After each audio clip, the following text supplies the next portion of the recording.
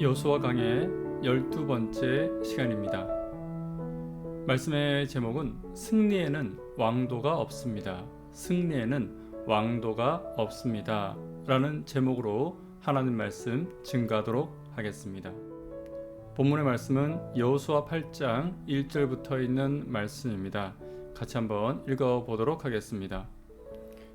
여호와께서 여호수아에게 이르시되 두려워 말라 놀라지 말라 군사를 다 거느리고 일어나 아이로 올라가라. 보라 내가 아이 왕과 그 백성과 그 성읍과 그 땅을 다 내 손에 주었노니 너는 여리고와 그 왕에게 행한 같이 아이와 그 왕에게 행하되 오직 거기서 탈취할 물건과 가축은 스스로 취하라. 너는 성 뒤에 복병할지니라.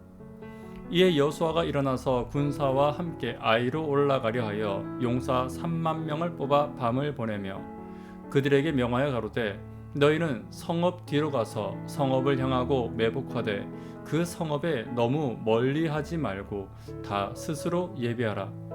나와 나를 좇는 모든 백성은 다 성읍으로 가까이 가리니 그들이 처음과 같이 우리에게로 쳐 올라올 것이라. 그리할 때에 우리가 그들 앞에서 도망하면 그들이 나와서 우리를 따르며 스스로 이르기를 그들이 처음과 같이 우리 앞에서 도망한다 하고 우리의 유인을 받아 그 성읍에서 멀리 떠날 것이라. 우리가 그 앞에서 도망하거든 너희는 매복한 곳에서 일어나서 그 성읍을 점령하라. 너희 하나님 여호와께서 너희 손에 붙이시리라. 아멘. 오늘 본문의 말씀은 아이성에서의 전투를 이야기하고 있습니다. 바로 직전에 저희들은 아이성에서의 패배에 관해서 살펴보았습니다. 여호수아에게 있어서 이 패배는 낙담과 좌절의 순간이었습니다. 모세 이후에 지도자가 된 여호수아는 마음에 큰 부담이 있었습니다. 그러나 여리고성의 전투의 승리를 통하여서 그의 지도력은 확립되었고 그의 신뢰도 사람들 사이에서 얻게 되었습니다. 그런데 바로 다음 전투인 아이성에서의 전투가 패배로 맞춰지게 된 것입니다. 얼마나 큰 낙담과 좌절이 있었는지 6장과 7장에서는 그의 옷을 찢으며 하나님 앞에 통곡했다라고 이야기하고 있습니다. 그러나 믿음의 사람 여호수아는 낙담과 절망으로 끝을 내지 않았습니다. 그는 하나님께 간절히 기도했습니다. 그리고 기도를 통해서 치유함을 얻을 수 있었습니다. 그의 마음만 치유된 것이 아니라 공동체의 죄를 회복하게 되었고 공동체가 함께 치유하는 경험이 있었습니다. 개인과 공동체의 회복이 기도를 통해서 일어난 것입니다. 저희도 목회를 하다 보면 낙담과 좌절의 순간이 자주 찾아옵니다. 어떨 때는 설교가 잘 되지 않아서 낙담과 좌절이 찾아오기도 합니다. 두려움과 떨림이 이르러 오는 것입니다. 그러나 하나님께 기도하고 붙잡기를 반복하다 보면 다시 단상에 설 용기가 생기는 것을 저도 경험하게 됩니다.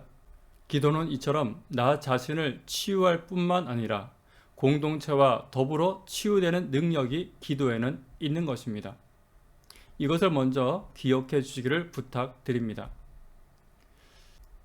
잠깐 살펴볼 것이 있다면 여리고 성에서의 승리와 아이 성에서의 승리는 조금 달랐습니다. 여리고 성에서의 승리는 강강수월래 전법으로 온 백성이 함께 기도하며 한마디로 하나님의 전적인 능력에 매달린 전법이었습니다.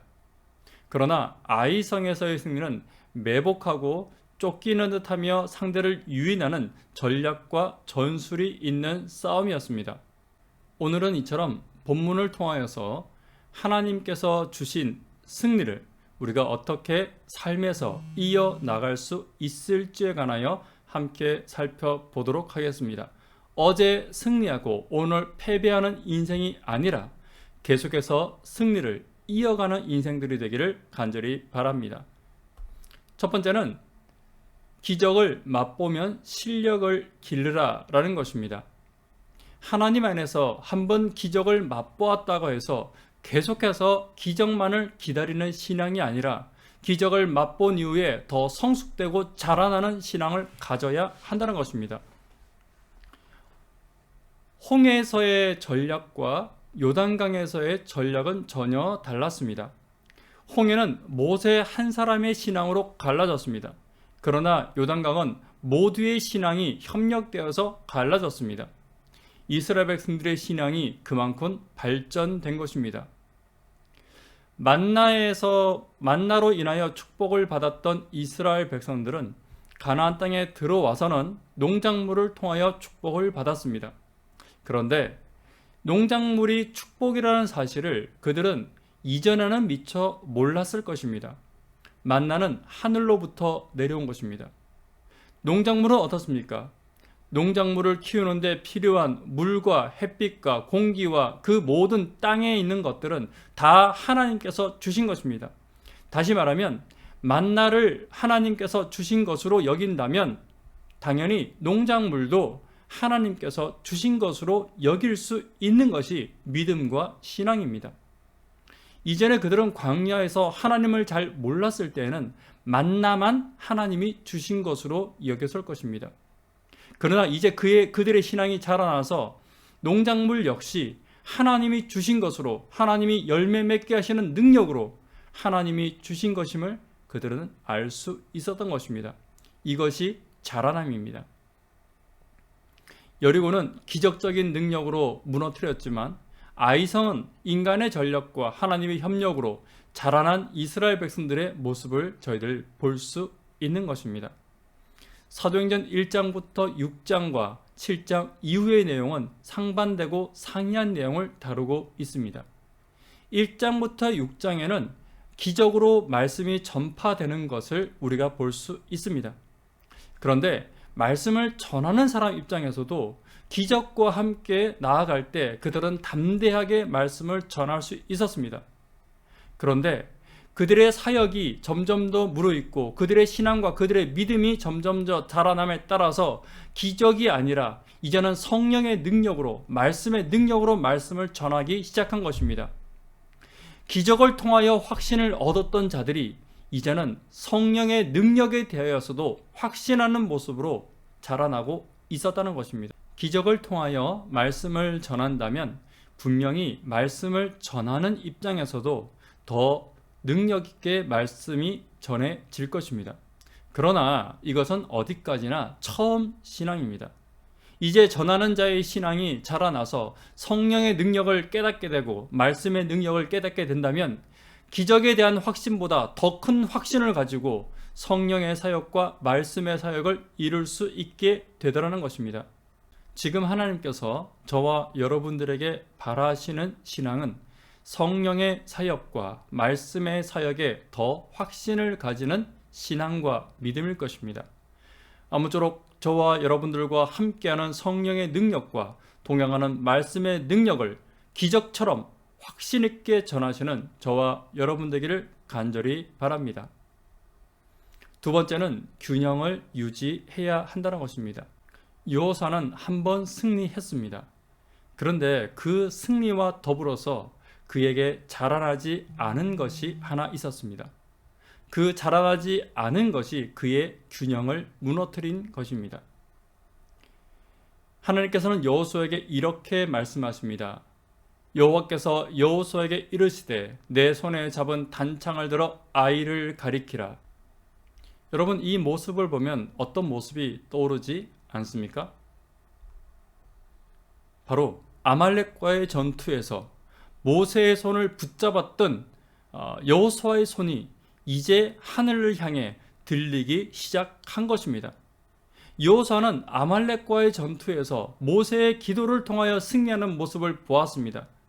이제 여호수아는 모세와 같이 하늘을 향해 손을 드는 지도자가 되어야 했던 것입니다. 한번 승리했다고 해서 교만에 빠지는 것이 아니라 한번 승리했을지라도 끝까지 하나님을 의지하고 하나님을 향해 손을 드는 지도자로 하나님은 그가 자라나기를 원하셨던 것입니다. 신앙에도 균형이 필요합니다. 성경적 지식이 자라남에 따라서 품성이 균형을 맞추어 주어야 합니다. 바리새인들은 성경적 지식은 많이 뛰어났지만 그들의 품성의 균형이 맞지 않았기 때문에 그 지식을 가지고 다른 사람을 정죄하고 다른 사람을 판단하는 오히려 더 큰 죄를 지었습니다. 저와 여러분들도 마찬가지입니다. 성경의 지식이 높아감에 따라서 품성의 균형을 맞추지 않으면 그 성경적 지식은 오히려 저와 여러분들을 무너뜨릴 수도 있는 것입니다. 기도와 사역의 균형을 맞추어야 합니다. 기도를 하는 것은 좋습니다. 기도를 해야 합니다. 그러나 기도만 하고 움직이지 않고 하나님의 사역에 동참하지 않는 것은 역시 균형에 맞지 않는 신앙을 하게 되는 것입니다. 그리고 그 신앙은 결코 승리할 수 없는 신앙이 될 것이고 그 신앙은 결코 열매 맺지 못하는 신앙이 될 것입니다. 자라남이 없는 신앙이 될 것입니다. 기도를 해야 합니다. 그리고 사역의 균형을 맞추어야 합니다. 세 번째로는 연수와 성화의 균형을 맞추어야 합니다. 신앙의 연수가 자라남에 따라서 저와 여러분들의 모습도 예수님의 모습을 더 닮아가야 하는 것입니다. 어떤 분들에게 이런 이야기를 듣는다면 이것은 꽤 마음 아픈 일일 것입니다. 저 집사님은, 저 목사님은, 저 장로님은 10년 전이나 지금이나 전혀 변한 게 없어. 이런 말보다 더 가슴 아픈 말은 없을 것입니다. 저 장로님은, 저 집사님은 10년 전에 비하여 지금 너무 많이 변화되어 있어. 너무 많이 변화되어서 예수님을 너무 많이 닮아 있어. 라는 말을 듣는 것이 당연한 것입니다. 그렇지 않으면 우리의 신앙의 균형은 역시 맞지 않는 것입니다. 예배를 한 번 드리더라도 변화될 수 있습니다. 그런데 그 예배를 10년 동안 드렸는데도 변화되지 않았다는 것은 균형에 맞지 않는 신앙을 하고 있는 것입니다. 여러분, 날마다 열마다 말씀을 통하여 기도를 통하여 조금 더 예수님의 모습을 닮아가는 성화의 균형을 맞추게 되시기를 간절히 바랍니다. 네 번째로는 직분과 리더십의 균형을 맞추어 나가야 합니다. 우리는 교회에서든 가정에서든 직장에서든 각자의 직분들이 있습니다. 리더십이란 말이 좀 어렵다면 이렇게 생각하시면 됩니다. 아버지는 아버지로서의 직분이 있습니다. 그리고 그 직분에 맞는 사역을 해야 하는 것입니다. 어머니는 어머니로서의 직분이 가정에 있는 것입니다. 그리고 그는 어머니로서 행동할 줄 알아야 하는 것입니다. 교회는 어떻습니까? 목사는 목사로서의 직분이 있습니다. 그리고 그는 목사로서의 사역을 하지 않는다면 오히려 그 이름을 더럽히는 일이 될 것입니다. 장로는 장로로서, 집사는 집사로서의 직분이 주어져 있다면 그 직분에 맞는 사역과 그 직분에 맞는 품위와 그 직분에 맞는 품성과 그 직분에 맞는 언어와 행동을 해야 하는 것입니다. 이 균형이 맞지 않으면 신앙의 균형은 무너지게 되어 있습니다. 이 균형이 맞지 않으면 여호수아처럼 한번 패배를 맛볼 수밖에 없는 것입니다. 사랑하는 성도 여러분, 패배를 맛보기보다는 하나님 안에서 승리를 이어가시는 저와 여러분 되기를 간절히 바랍니다. 세 번째로는 축복은 누려야 합니다. 여호수아 6장 24절에 오면 하나님께서는 여리고성을 정복하고 난 후에 그 모든 노략물들을 하나님께 다 바치라고 이야기합니다. 그러나 아이성에서는 좀 달랐습니다. 아이성은 그들이 받은 것들을 다 누리라 라고 하나님께서 말씀하시고 있는 것입니다. 여리고성에서의 전투는 그들의 첫 열매였습니다. 하나님께서 우리에게 요구하시는 것들이 있습니다. 첫 열매, 10분의 1. 이런 것들이 하나님께 드려질 때 하나님은 그 나머지 모든 것들을 책임지시고 그 모든 것들에 대한 축복을 우리에게 누리게 하시는 것입니다. 여러분, 안식일은 어떻습니까? 내가 안식일을 하루를 하나님께 드린다면 나머지 6일 동안의 삶을 하나님께서 책임져 주시고 나머지 6일 동안의 축복을 하나님께서 책임져 주시는 것입니다. 11조도 마찬가지입니다. 우리가 먼저 하나님께 드릴 것을 드릴 때 하나님은 그 9을 통하여서 우리의 인생이 풍요로울 수 있고 우리의 인생에 하나님의 축복이 충만할 수 있도록 우리의 인생에 은혜의 은혜를 부어 주시는 것입니다. 사랑하는 성도 여러분, 승리를 누리는 법과 축복을 누리는 법은 같습니다. 어쩌면 많은 그리스도인들이 축복을 누리는 방법을 알지 못해 축복을 누리지 못하는 경우가 있는 것 같습니다. 아무쪼록 하나님 것을 먼저 구분하고 하나님께 먼저 드림으로써 이르러 오는 무한한 축복을 함께 누려보시고 무한한 승리를 함께 이어가시는 저와 여러분 되기를 간절히 바랍니다. 말씀에 결론 맺도록 하겠습니다. 승리에는 왕도가 없습니다. 승리로 이끄시는 하나님을 바라보는 백성들의 자세에 관하여 살펴보았습니다. 첫 번째로는 기적을 맛본 후에는 실력을 길러야 합니다. 이제 하나님 안에서 우리가 한번 승리를 맛보았으면 그 승리에 걸맞는 신앙도 자라나야 하는 것입니다. 하나님을 더 의지하는 모습으로, 하나님께 더 기도하는 모습으로 날마다 우리의 모습이 더 자라나고 변화되기를 간절히 바랍니다. 두 번째로는 균형을 유지할 줄 알아야 합니다. 지식이 자라나면 그에 맞는 품성도 필요한 것입니다. 직분이 높아지면 그에 맞는 행동도 필요되는 것입니다. 아무쪼록 우리의 말과 행동과 우리의 모든 생각이 신앙의 연수에 따라서, 지식의 연수에 따라서 자라날 때 하나님께서는 우리에게 매일매일 승리를 주실 것입니다. 세 번째로 축복을 누릴 줄 알아야 합니다. 승리를 맛볼 줄 알아야 합니다. 많은 그리스도인들이 축복과 승리를 맛보지 못하는 이유가 축복을 받는 방법을 잊어버려서입니다. 11조, 안식일, 그리고 첫 열매, 하나님께서 말씀하시는 것들은 우리에게 더 큰 승리와 더 큰 축복을 주시기 위해서 우리에게 말씀하시고 있다는 것을 여러분 결코 잊지 않게 되시기를 간절히 바랍니다. 이제 남은 일주일도 하나님 안에서 승리하는 일주일이 되기를 간절히 바라며 말씀을 마치도록 하겠습니다. 감사합니다.